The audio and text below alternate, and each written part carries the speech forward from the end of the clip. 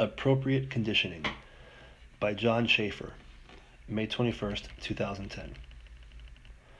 One of the most frequently asked questions that I receive both in the consulting end of my business and at the starting strength seminars is when and how to add conditioning work to a strength training program.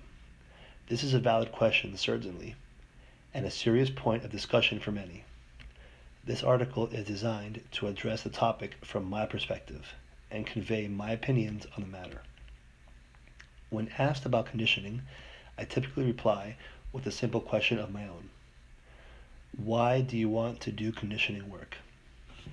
This isn't asked from a condescending, who wants to do that sort of thing point of view, but rather out of a genuine interest to determine why conditioning may or may not be important in that person's program. Answers range from the need to pass physical fitness tests at a person's place of employment to the desire to be well-rounded and able to take on any task that comes one's way. The most common answer, although the one that often has to be extracted out of a somewhat uncooperative individual, is the perceived need to include conditioning work out of the erroneous belief that body composition is dependent on one's exposure to that type of training. The irony being that diet is 99% of body composition. All of these reasons can be legitimate concerns in their own right depending on the situation. In most cases, however, a bit of education is required in order to help the inquisitor understand the best method of addressing the issue. Before we get into the specifics, let's take a look at the term conditioning. What does it mean? For our purposes, we will define it as one's ability to perform a given task. Terms like general physical preparedness and work capacity have become buzzwords these days, particularly among people who do not compete in an activity that requires a specific conditioning adaptation. There is a widespread belief that one must train for any possible contingency, the unknown and the unknowable. It is my contention that becoming as strong as possible will have the most significant effect on one's overall ability to perform a variety of tasks, and therefore represents the most intelligent use of training time for the purpose of conditioning, with certain limits. Let's talk about this a bit. All athletes practice their given sport. There are specific skills that they must learn and develop in order to excel at their game. Yet, universally, we see that when athletes become stronger, they perform better at their event.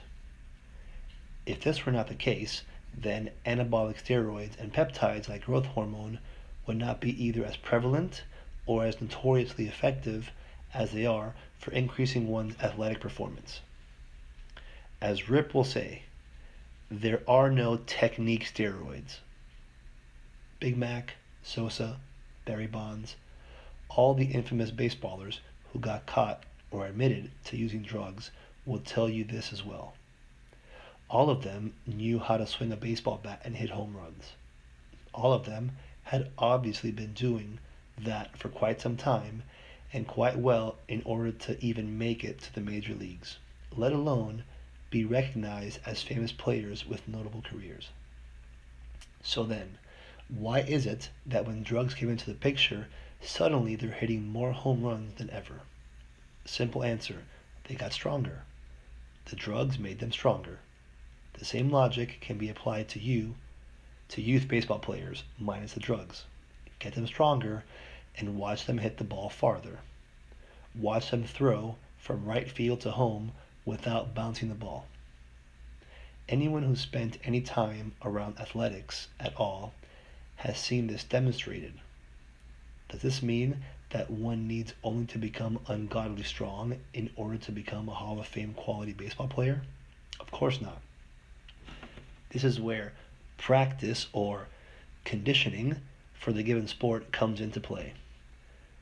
But I am saying that strength is the most important way to improve performance, and until it's acquired, other conditioning is of secondary importance. Let's look at another example. My gym is situated in the same parking lot as a firehouse. My dad has been a volunteer fireman since 1989 and is currently chief engineer of this fire company. Because of this, I've known many of the firemen that work there for many years. Occasionally, one of them will pop into the gym to say hello.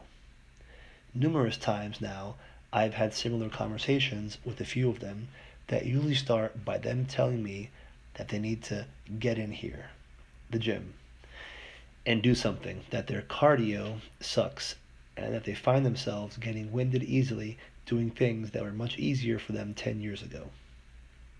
Things like climbing ladders with gear and an air pack on, carrying charged hoses, and handling the large, cumbersome tools that they use in rescue operations.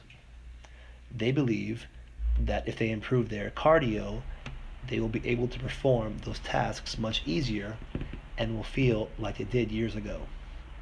My normal response to this is to tell them that their primary issue is a lack of general strength, much more than a lack of cardiovascular endurance. Typically, this suggestion is somewhat offensive to a fireman, so they ask for elaboration, and I will say something to this effect. Okay, me, you, and your 10-year-old daughter are going to have a competition. We're going to take one of those 10-pound dumbbells over there, and we're going to press it overhead with one hand as many times as we can before we have to stop. Now, which one of us is going to press it the most times? To this, they will invariably say that I will. When asked who will come in second, they will always reply that they will. When asked who will be dead last, they say without any question that their 10-year-old daughter will. Then I ask them why they are able to say with such certainty that this will be the case. They conclude that since I am the strongest, I will press the dumbbell the most times, and that since they are stronger than their daughter, unless she trains in my gym, that they will press it more times than her. I will then comment that the competition is one of repetition strength endurance, if you will, not of absolute strength in the manner that it will be if we were seeing who could press the most weight overhead for a single rep. It is at that point that the proverbial light bulb comes on and they begin to see my point. When a person becomes stronger, meaning when they raise their absolute strength, every other physical task that requires a percentage of that strength becomes easier.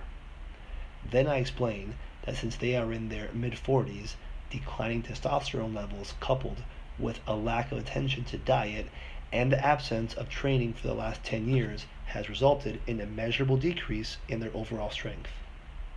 I then observe that a program based around getting them stronger will have a much more global effect on their ability to perform the variety of tasks that are asked of them than a program of running or elliptical or spinning or whatever else it is that silly people do these days.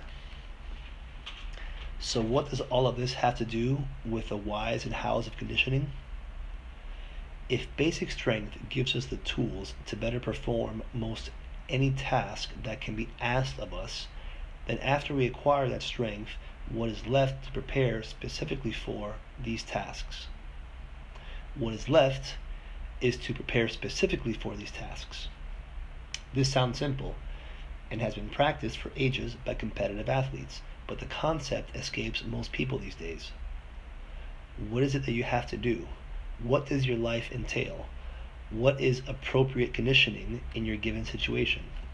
For the athlete, this is relatively simple to illustrate. An offensive lineman will at no point in the course of a football game be required to run at a slow pace for 1 mile. Nowhere in the history of football can anyone show an example of this being required of a lineman, or any player for that matter. Does it therefore make sense to have high school football players practice and test the mile run? Absolutely not. Ironically enough, this is one of the tested events at school for the football kids who I had the pleasure of working with currently. One of my guys, Zach, a pulling guard and a D-line hammer, gets a raft of shit every time he comes in at the back of the pack during his mile run tests. The kid is 5'9" and has driven his weight up to 235 pounds over the last few months from 195 at the conclusion of last season. In the recent combine, he beat his school's star quarterback in the shuttle run, was very competitive with receivers in the 40, and manhandled everyone in the one-on-ones. On top of that, he set school records in his lifting tests, squatting 405 for 8 deep reps, while the non-Grayskull kids quarter squatted much less. Obviously, my advice to Zach is to keep coming in last on his mile and keep getting stronger and smashing kids on the football field, which is what he's supposed to do. The scouts that are pursuing him certainly aren't interested in his mile time. They're being smarter than his football coach. This is an example of the inappropriate application of conditioning work. Zach is very well conditioned to play his position in football. Asking him to test a physical adaptation that he will never be required to use and spending valuable training time and recovery ability practicing it can only be described as irresponsible and asinine. Again, this idea needs to be applied to the design of anyone's strength and conditioning program. For many who read this article who don't have a sport, who are getting onto strength training either from an athletic or non-athletic background, and who simply want to not be a tub of shit and be useful, as Rip often says, their first priority and their only concern for some time should be the acquisition of strength. That means that they should be following a program that will elicit the greatest increases in absolute strength that they are capable of at that point in their training career. For them, the simple addition of strength that they did not previously have will dramatically improve their situation in terms of performing many tasks, in athleticism, and even in appearance and body composition if they are smart about what they are eating. This is all of the conditioning that they require at that stage. The addition of more dedicated energy system work, or whatever you want to call it, can come later when its stimulus is more warranted. But by then, the foundation will have been built. The fat guy or gal just getting started will benefit immensely from the increased lean body mass in terms of elevating their metabolic rate and making them consume more energy around the clock. The EPOC, excess post-exercise oxygen consumption, value of their weight training will greatly exceed that of a bout of a conventional cardio on a piece of equipment, and do much more in the long run, in the presence of a decent diet, to lean them out. The person who has requirements at work or elsewhere to be able to perform certain endurance tasks may require a bit more additional specific endurance work a bit sooner than those who aren't similarly bound. It is important in that case as well, however, that the training isn't disproportionately skewed or focused in the wrong direction out of fear of not being capable of performing adequately in endurance events to the extent that the appropriate strength development is impossible. This leads to a life of frailty, leprosy, and involuntary abstinence. Once the base of strength is established, the decision is then made as to what is appropriate in terms of conditioning work. If something is going to be added to a program, then one must understand that total recovery ability will spread thinner than it previously had been. If someone was formerly lifting weights 3 days per week and resting on other days, then they are in for a rude awakening if they attempt to add 3 high-intensity conditioning workouts on the days in between. Oftentimes, the simple addition of a single stress outside of a regimented program can bring progress in the program to a halt, or at least slow it down considerably. This is particularly true if dietary and/or supplementation considerations are not made, which would help with recovery from the added workload. We see this demonstrated frequently When people attempt to add several days of running or worse, CrossFit, to basic strength training program, a program which can take a novice trainee from a 155-pound squat to a 315-pound squat in a matter of months, then becomes a program which sees a trainee hover around the 205 mark for months, unable to make gains, and then inevitably shit-talking the efficacy of the program on a message board somewhere. It is therefore extremely important for the work that is added to make sense in the trainee's overall program. For instance, how important is it for an office worker who is skinny fat and primarily interested in looking more Charles Bronson-like for the ladies and being able to better smash softballs over the fence to impress his bar league buddies, to be able to run an impressive 5K time? If you ask me, I would say it's not very important at all. Where in the course of a day filled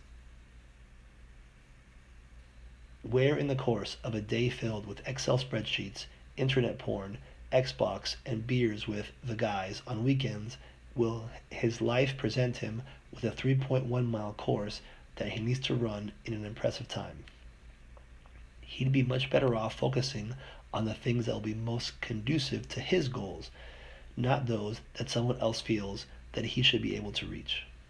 Much like the 55-year-old man with bad shoulders who is just getting into training, he has no need to do or any business doing ring dips or handstand push-ups.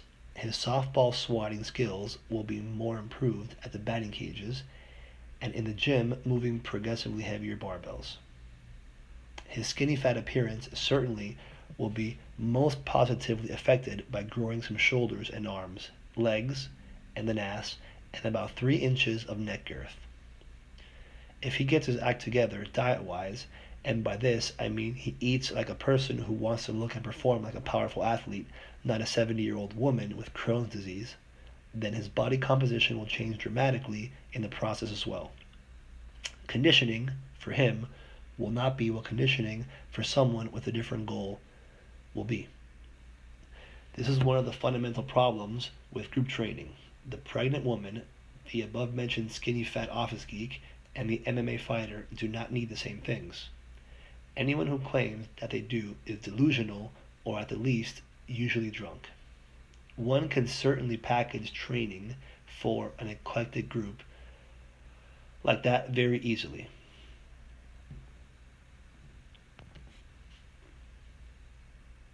But it would not be the most beneficial program for any one of them as an individual. The goals and imposed demands of the individual must be taken into consideration and must provide the reasoning for the design and implementation of the conditioning portion of his training. So what about the hard training individual without a sport who just wants to be better than those around him? What about the individual whose life entails things like picking heavy stuff up, looking massive, carrying around abnormally large genitalia, manhandling and ravaging women, and throwing the occasional sucker punch? What is he to do? What is appropriate conditioning for him?